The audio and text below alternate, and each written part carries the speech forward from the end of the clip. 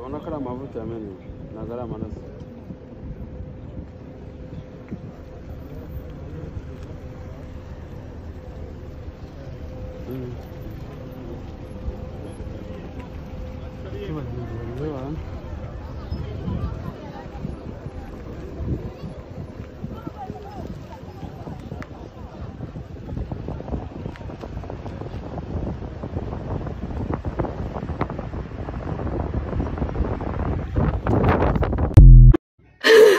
Hallelujah, Hosanna, Hallelujah,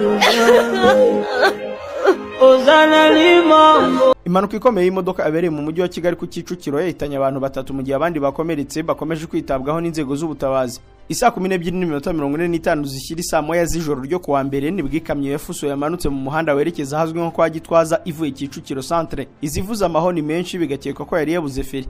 Abaturage barahabereye impanuka bavuze ko iyo fuso yasaga n'iyabuze feri yabanje kugonga ipoto ubundi kagonga imodoka na moto ebyiri. Umuvugizi wa polisi y'u Rwanda ishami rishinzwe umutekano mu muhanda SP Emmanuel Kayigi yavuze ko iyi mpanuka yahitanye abantu batatu barimo umumotari umwe n'umugenzi w'umukobwa yari atwaye n'undi mugenzi wari utwawe n'undi mumotari. Mu gihe umumotari wari utwaye we yakomeretse kimwe n'abandi bantu batatu barimo Tandiboyi w'iyo fuso bakaba bari kuvurirwa ku bitaro bya Kibagabaga.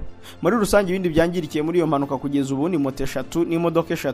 SP Kayigi yavuze ko nyuma y'iyo mpanuka umushoferi w'iyo fuso yahise yijyana kuri station ya polisi ya Kimironko akaba ariho afungiye mu gihe iperereza ku cyateye iyo mpanuka rigikomeza. Ibyibanze byavuye mu iperereza nk'uko SP Emmanuel Kayigi yabitangaje ngo bigaragaza ko nubwo havuzwe ko byaba byatewe no kubura feri ariko ngo umushoferi w'ifuso yajyanye imodoka mu muhanda yamaze kumenya ko ifite ikibazo.